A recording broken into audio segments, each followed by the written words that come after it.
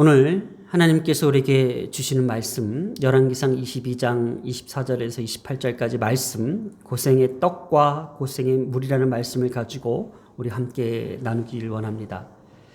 벌써 2022년도가 시작한 지 엊그제였는데 2월달로 접어들면서 1월 한 달간 우리 교회는 다시금 새해를 뛰기 위해서 마음을 다잡고 기도로 또 열심을 다하여 한 마음 한 뜻으로 이 올 한 해를 기쁘고 또 밝은 마음으로 또 소망된 마음으로 시작하려고 했습니다. 그래서 온 교회가 우리에게 소망과 희망을 가득 담은 그 메시지로서 우리를 더욱더 들뜨게 하기도 하고 또 새로운 마음으로 다잡게 하기도 했습니다. 근데 저희 한마음교회에서는 한 달 내내 회개에 관한 내용으로서 돌이키는 가운데에서 우리가 또 돌아보고 또 돌아보게 하는 메시지로 다소 무겁고 다소 듣기 거북할 수 있는 말씀으로 시작을 했습니다. 오늘 이 말씀의 어떤 주제와 또 말씀의 그 본문 내용은 꼭 하나님의 말씀대로 전해야만 했던 그 미가의 선지자의 그 최후와 그 상황들을 낱낱이 상세히 기록한 말씀입니다. 사실은 이 말씀을 그냥 패스하고 다음 말씀으로 전개를 하려고 하는데 이 말씀이 저의 발목을 붙잡게 되었습니다. 골수 이식한 지 정확하게 10년이 되는 해에 저 자신을 다시 한번 돌아보게 하며 하나님께서 그래도 한 생명을 살려주시고 또 살게끔 하시는 이유가 무엇일까? 그리고 목회자로 부르셨고 또 목회자로 세우셨기에 하나님께서는 목회자로서 내가 이 세상 가운데에 그래도 단 한 사람이라도 아니면 내 가족에게라도 어떠한 말씀을 전하게 하시려고 하나님께서 나를 다시금 생명의 기회를 통하여 이 말씀을 선포하게 하실까라는 생각에 잠시 머물게 되었습니다. 그렇기에 더더욱 오늘 하나님께서 주신 이 말씀은 우리가 그냥 쉽게 지나치거나 또 무겁게 받아들이거나 또 힘들게 받아들이지 않았으면 좋겠습니다. 물론 저 개인 한 사람의 메시지일 수 있기 때문에 한국교회는 더 이상 고난에 대해서 또 고생에 대해서 고통에 대해서 말하려 하지 않고 더 희망적이고 더 진취적이고 더 비전적인 메시지로서 성도들을 어쩌면은 눈을 가리게 하는 이유가 눈을 가릴 수 있는 그런 위험에 빠질 수 있다고 봅니다. 그러나 분명히 우리가 살아가는 이 시대 앞으로 살아가야 될 이 세상은 그렇게 희망적이지 않다라는 것을 성경을 통해서라도 우리는 전해야 될 의무가 있습니다. 고난이 올 것이고 고생이 오더라도 반드시 하나님의 그 진리를 지켜내야 될 것이 우리 한국교회이자 우리 성도들이라고 생각합니다. 그래서 우리가 좀 더 하나님의 말씀 앞에 귀 기울이면서 우리가 그 고난 앞에서도 어떻게 살아야 될 것이며 그 고난을 두려워하지 말 것이며 그 고난을 우리가 감당해야 된다는 것에 대한 그 말씀을 우리가 한번 나누고자 합니다. 오늘 우리가 지난주에 말씀을 비로소 미가야 선지자를 통하여서 하나님께서 거짓 영에 사로잡힌 그 아합 왕의 마지막 최후를 예언하게 하셨습니다. 끝까지 미가야 선지자는 굴하지 않고 포기하지 않고 하나님의 말씀, 하나님께서 주시는 그 메시지를 그대로 전하려고 하는 그 마지막 모습까지 우리가 오늘 보게 됩니다.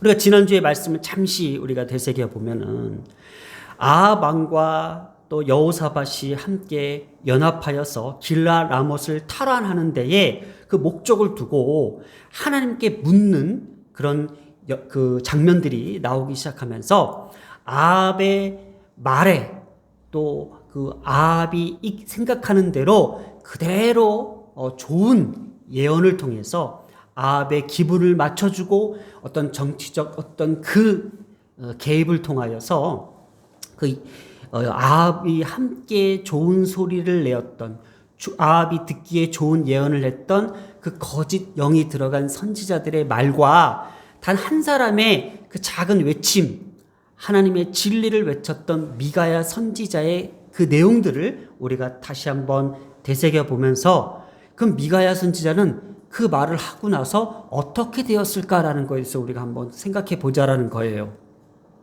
우리가 지난주 한번 잘 보면은 시드기야가 왕 앞에서 철불을 들이대면서 철불로 그 길르앗 라못의 암몬 족속들을 우리가 찔러 죽일 수 있을, 진멸시킬 수 있다고 호언장담했던 그 시드기야가 이제 미가야 선지자 앞에 나와서 미가야 뺨을 치면서 이렇게 얘기합니다.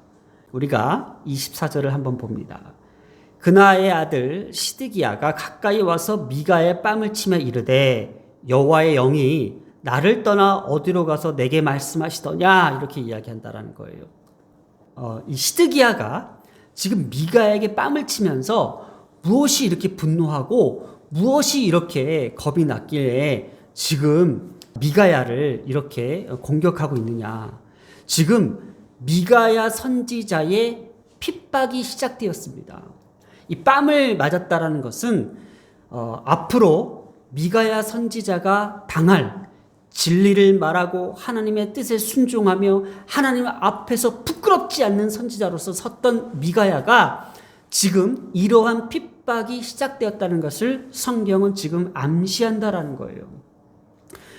옳은 말을 했을 뿐이었는데, 하나님의 진리를 말했을 뿐이었는데 미가야 선지자에게는 왜 이런 고통과 시련이 찾아와야 됐을까? 상대방에게 극도로 모욕을 주는 이 행위. 그래서 마태복음 26장 67절에서도 이에 예수의 얼굴에 침을 뱉으며 주먹으로 치고 어떤 사람은 손바닥으로 때리며, 오늘 예배 시작 전에 우리가 예수를 찬양하며 또 예수의 십자가를 바라보며 우리가 함께 찬양을 드렸는데, 그렇습니다. 예수님께서도 이 땅에 오셔서 우리 인간들을 위해 우리의 십자가에 못 박히시면서까지 그 고난을 당하시면서 이 모멸감, 이 극도로 모욕을 당하시면서 이 땅에서 보여주셨던 그 장면이 미가야 선지자에게도 똑같은 그러한 모습을 지금 비춰주고 있다라는 거예요. 예수의 얼굴에 침을 뱉으며 주먹으로 치고 어떤 사람은 손바닥으로 때리며, 우리 예수님께서도 그 진리 앞에서도 굴하지 아니하시면서 그 고통을 참아내셨다라는 것이 오늘 미가야 선지자를 보면서 우리가 함께 그 마음을 가져갑니다. 자, 그러면 미가야 선지자는 그 두려움과 앞으로 내 앞에 펼쳐질 그것들을 알고 있었을 것입니다. 그럼 미가야는 어떻게 할까? 아니야, 내가 잘못 말했어. 아니야, 내가 다시 번복할게.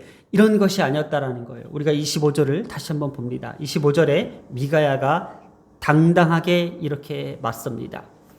미가야가 이르되 내가 골방에 가서 숨는 그날을 보리라, 이렇게 얘기합니다.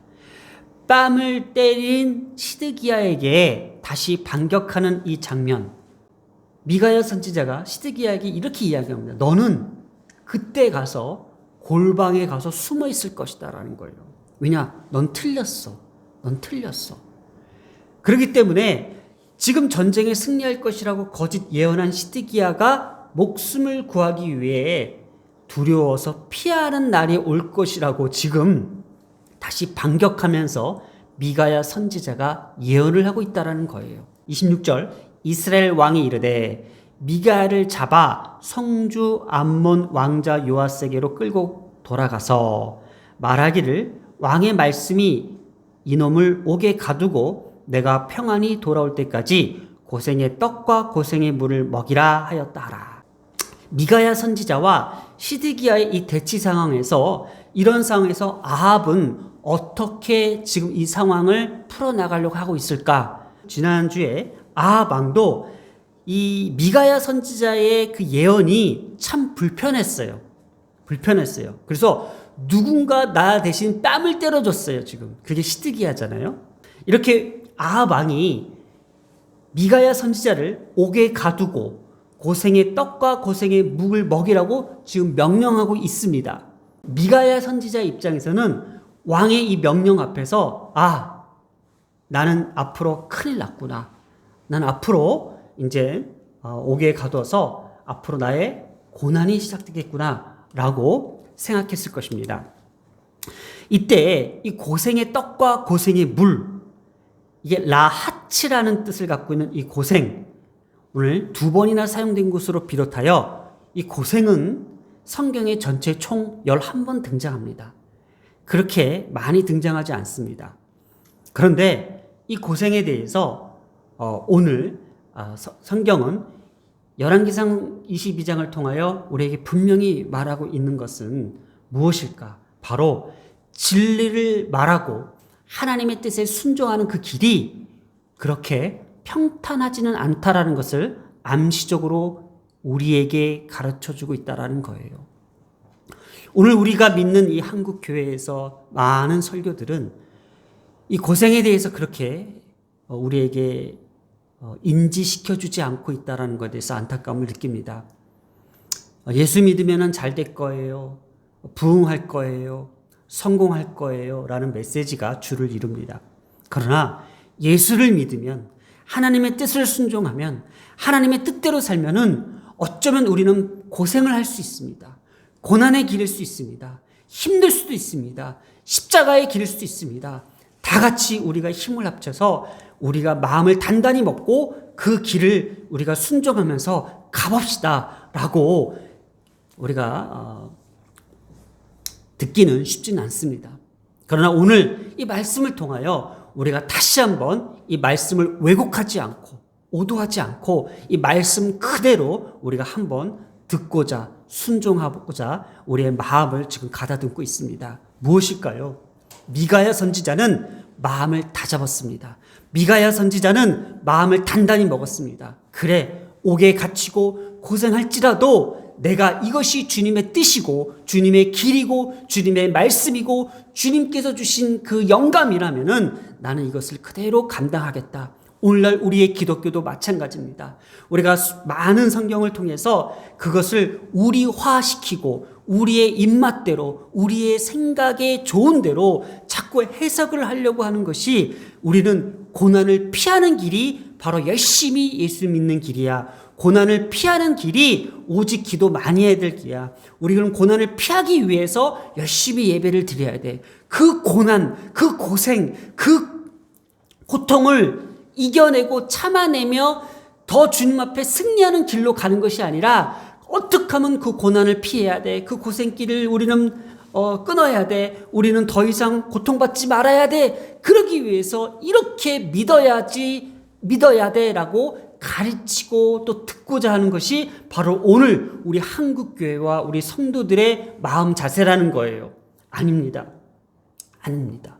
오늘 미가야 선지를 통하여 이 말씀을 한치도 오도하지 않고 한치도 왜곡하지 않고 그대로 받아들입니다. 옥에 갇히며 고생의 떡과 고생의 물도 두려워하지 아니하며 피하지 아니하며 그대로 반격하는 내용들이 바로 그 뒤에 나온다라는 거예요. 28절 미가야가 한치의 물러섬 없이 왕에게 이렇게 이야기합니다. 참으로 평안이 돌아오시게 될진데 여호와께서 나를 통하여 말씀하지 아니하셨습니다. 자, 참으로 평안이 돌아오시게 될진데 이건 무슨 뜻이에요? 조금 전에 시드기야 왕이 뺨을 때리면서 단언한 건 뭐예요? 그리고 아합 왕이 지금 미가야 선지자를 옥에 가두고 고생의 떡과 고생의 물을 먹이는 건 뭐예요? 너가 틀렸어. 너가 틀렸어. 우리는 반드시 이 전쟁에 승리할 거야. 지난주에 우리 400명의 선지자들과 또 2번에 걸쳐서 그 예언을 어떻게 들었어요? 반드시 이 전쟁은 왕의 손에 넘기겠다고 예언했잖아요. 그렇기 때문에 이 전쟁은 반드시 이길 거야.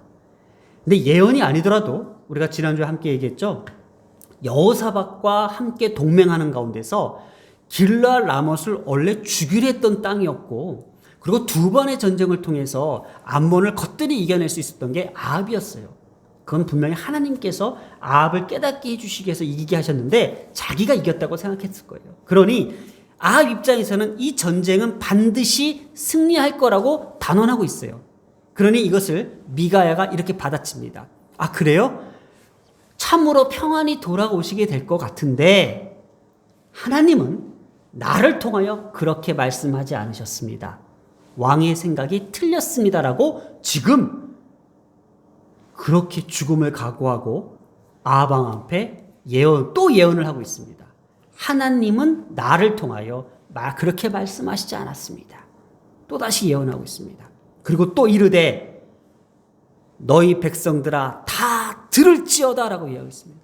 너희 백성들아 다 들을지어다. 뭐예요? 자, 지금 하나님께서 또다시 예언을 나를 통해서 하시는데 절대로 그런 일은 없어. 자, 백성들아 들을지어다. 이것이 이 말을 들었던 너희 백성들아 너희들이 증인이다 이거예요. 뭐예요? 하나님은 반드시 이 죽음을 각오하고 선포하고 있는 미가야 선지자의 말을 맞을 거라는 것에 대해서 너희들이 증인이다라는 거예요. 오늘날 우리 한국 교회가 하나님께서 말씀하신 그 모든 진리된 말씀을 듣는 우리가 증인이 돼야 된다라는 거예요. 우리가 증인입니다. 어떤 말씀을 들어야 돼요? 하나님은 그렇게 말씀하지 않으셨어요. 고난을 피하기 위해서 예수를 믿고, 고난을 피하기 위해서 교회를 다니고, 고난을 피하기 위해서 기도 많이 하는 것. 여러분 기도 많이 하십시오. 그러면 하나님께서 그 고난을 걷어가십니다. 여러분 교회 열심히 다니십시오. 그러면 우리는 곧 고생의 길이 축복의 길을 열릴 것입니다. 여러분 예배 잘 드리고 봉사하고 헌금 많이 하십시오. 그러면 여러분의 길이 앞으로 평탄할 것입니다. 하나님은 성경을 통해서 그렇게 말씀하지 않으셨다라는 거예요. 그 고난을 어떠한 상황에도 십자가를 바라보며 참고 견디고 이겨내야만 마지막 상급이 너희를 위해서 기다릴 것이라는 것이 하나님의 말씀이었다는 거예요. 그래서요, 예수님이 죽고 난 후에 제자들이 예수님의 말씀을 전하기 위해서 얼마나 많은 핍박을 받았어요. 예수는 더 이상 없어. 예수는 다 거짓이야. 라고 하면서 바리새인들이 얼마나 그 장로들이 그 예수를 전하는 자들을 얼마나 핍박했어요. 그러면서 그 핍박받으면서 말씀을 전하던 제자들이 주여 이제도 그들의 위협함을 굽어보시옵고 또 종들로 하여금 담대히 하나님의 말씀을 전하게 하여 주시오며 이렇게 외치면서 십자가에 거꾸로 처형을 당하면서 죽기까지 하면서 예수를 전하고 죽었던 제자들의 모습을 우리는 다시 한번 기억하면서 오늘날 예수를 믿는 우리의 모습은 그저 파라다이스가 아니라는 거예요. 우리가 예수를 믿는 그 목적들이 더 큰 고통, 더 큰 고난 앞에서도 그 진리를 수호하고 진리를 붙잡으며 그 진리 앞에서 죽을 각오도 해야 되는 것이 우리의 몫이라는 것. 그 맷집을 키워가며 더 믿음을 더 키워나가는 것이 오늘 우리가 교회를 다니고 예배를 드리며 말씀을 믿는 그 목적이라는 것. 이것이 교회의 존재의 목적이고 이것이 하나님께서 주의 종으로 세우는 목적입니다. 단순히 생활고를 이야기하는 것이 아니에요. 저는요, 이렇게 개척교회를 하면서 내가 생활고 때문에 힘들면 어떡하지? 이렇게 개척하면 안 되는데, 더 많은 성도들이, 더 많은 헌금들이 모여야 되는데, 교회가 좀 더 부흥해야 되는데, 그래야만 우리 가족이 잘 먹고 잘 살 수 있을까? 그 목적이 되어야 될까? 다시 한번 생각해 보았습니다. 하나님께서 골수 이식을 한 이후 10년 동안을 다시 한번 돌아보게 하셨습니다. 내가 교회를 세우는 목적, 교회를 내가 지키는 목적, 내가 교회를 통하여 하나님의 말씀을 전하는 그 목적이 어디 있을까? 그것은 내가 고생의 떡과 고생의 물을 피하기 위한 목적이 아니라 고생의 떡과 고생의 물을 통하여서라도 하나님의 말씀을 지키고는 하는 목적이에요. 제가 오늘 아침에 이 얘기는 안 했으면 좋겠는데 그래도 한번 용기를 내서 얘기를 해봅니다. 무엇일까? 제가 부교육자로 있으면서 분명히 아닌 걸 알면서도 감히 담임 목사님한테 대들지 못했던 것, 바른 소리를 하지 못했던 것에 대해서 많이 후회를 해봤어요. 아무도 말할 수 없었어요. 분명히 아닌 것이었는데, 분명히 이것은 신학적으로도 성경적으로도 이건 아니었는데 그거를 담대히 이야기하지 못했던 게 무엇일까? 바로 생계의 위협 때문이었어요. 그걸 말하는 순간 난 잘리게 되면은 우리 가족한테 무엇을 갖다 줘야 될까? 떡과 물이 내게는 없어질 텐데 그 두려움 때문에 오늘날 한국교회에서 자기신의 가정의 생계 위협 때문에 아무 말도 못하고 있는 신학자들, 또 신학생들, 또 목회자들이 얼마나 많은지 몰라요. 분명한 것은 그것조차도 우리가 두려워하지 않고 이제 마지막 시대에 살아가는 우리에게 반드시 하나님께 주시는 그 말씀에 대해서 우리는 정확하게 말해야 된다는 겁니다. 예수님이 죽고 난 후에 제자들이 했던 그 고백처럼 주여 이제도 그들의 위협함을 굽어보시옵고 또 종들로 하여금 담대히 하나님의 말씀을 전하게 하여 주시오며. 한번 이렇게 생각해 봅니다.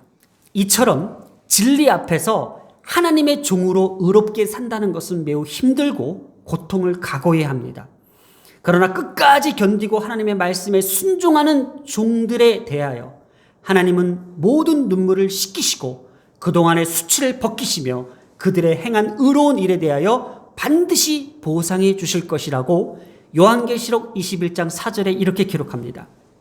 모든 눈물을 그 눈에서 닦아주시니 다시는 사망이 없고 애통하는 것이나 곡하는 것이나 아픈 것이 다시 있지 아니하리니 처음 것들이 다 지나갔음이로라. 반드시 하나님께서 그 눈물을 닦아주시며 애통하는 것, 아픈 것들을 하나님의 손으로 다 걷어가시는 그 때가 있을 거라는 거예요. 그 때에 이르기까지 우리는 그 어떠한 것도 참고 이겨내며 견디는 거예요. 그렇다고 해서 지금 성경은 마치 모든 인생의 끝이 고난이라고 얘기하지 않아요. 맞아요. 오늘날 한국교회랑 목회자들이 말하는 건 맞아요. 반드시 그 날에 그 눈물을 닦아주시고 애통하는 것, 아픈 것들을 다 씻어주시면서 하나님께서 축복으로 보상해 주는 건 맞습니다. 그거는 우리가 그 목적은 하나님이 두고 계시는 겁니다. 근데 우리가 먼저 그 목적을 세우기 위해서 우리가 그것을 변질시키고 있다는 거예요. 오늘의 메시지를 한번 깊이 있게 한번 냉철하게 한번 적어보았습니다. 고생을 피하기 위해 교회를 다니는 것인가? 악재를 피하기 위해 기도로 쌓는 것인가? 우리의 종교 생활은 더 이상 보험이 돼서 안 됩니다. 오직 말씀으로 온전케 되는 그 믿음의 과정이자 여정은 그것이 고난이든 고생이든 고통이든 우리가 참아내야 될, 감당해야 될 우리의 몫이라는 것입니다. 그러기에 오늘 이 말씀이 다소 불편하고 다소 힘들게 느껴지더라도 우리는 성경을 있는 그대로 하나님의 그 진리된 말씀을 그대로 오늘 우리가 받아들이며 순종하는 그 자세와 생각으로 다시 한번 생각해 보는 시간을 가졌습니다. 기도하겠습니다.